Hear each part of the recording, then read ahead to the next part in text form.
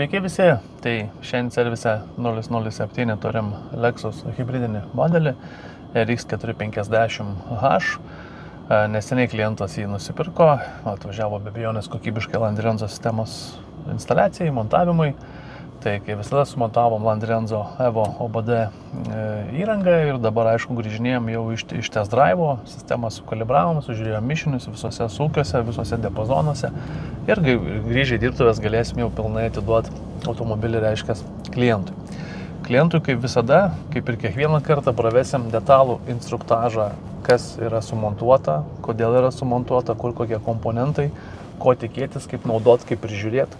Paaiškinsim, kas yra garantiniai knygeliai, kaip turi atrodyti servisai, kaip turi atrodyti aptarnavimai. Tai yra tikrai nemažiau svarbu nei kokybiškas montavimas, teisinga sistemos priežiūra. Apie tai aš iš tikrųjų Facebook paskyroje visai neseniai irgi dėjau video, galite pasižiūrėti.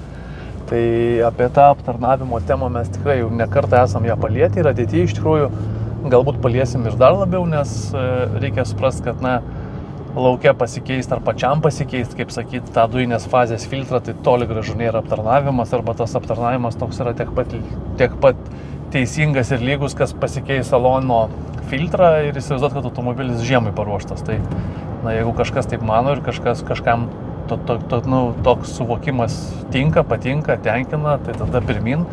O iš tikrųjų sistemą reikia prižiūrėti, kaip ir automobilį reikia prižiūrėti, tai prieš žiemą ir po žiemos reikia tikrai kreiptis į servisą, ne tik alyvos ir filtrų keitimui, bet šiuo atveju ir dujų filtrų keitimui ir taipogi apžiūrai, patikrinimui, pravažiavimui, mišinių sureguliavimui ir taip toliau. Tai va, tai grįžtant prie Lexuso, 56 litrų balionas atsarginio rato vietoje, automobilis hybridas, kaip ir minėjau, ar ne, važiuojam mes va dabar, perinam į elektrą ir pradėsim važiuoti, mes šiek tiek daugiau akceleratorių paspaudę, perinam iš karto tiesiai į dujas, mums visiškai nereikia benzino, toli gražu ne visos iš tikrųjų sistemos tą sugeba, mes neturim gale balione klaksančių vožtuvų, nes jeigu eidami į elektrą, kai kurios sistemos tos vožtuvus uždaro, tai iš esmės tai yra ta pati procedūra, įranga atrodo, kad mes tiesiog užgesinam automobilį ir išėjom.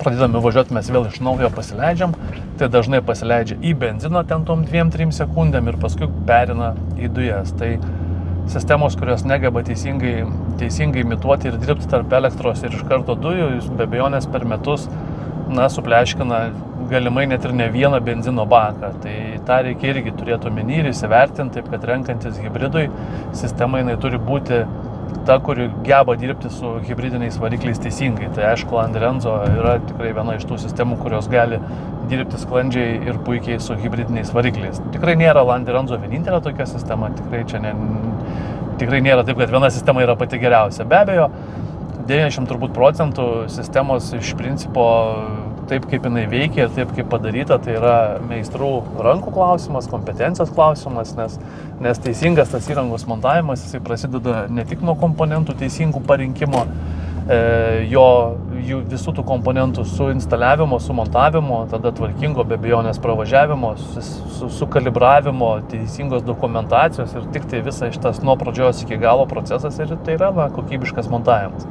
Jeigu mes čia bet kokią gerą sistemą paimsim, bet nesuprasim, ką jinai daro ir kaip jinai elgiasi, tai tikslo kažkokio ten jinai nieko bus verta. Arba atvirkščiai, jeigu mes paimsim labai prastą kažkokią sistemą, bet tikrai išspausim iš jos maksimumą, tai vėl mes grįžtam į tą kompetencijos klausimą. Tai va, tai apie Lexusą, protestuotas, puikiai važiuoja.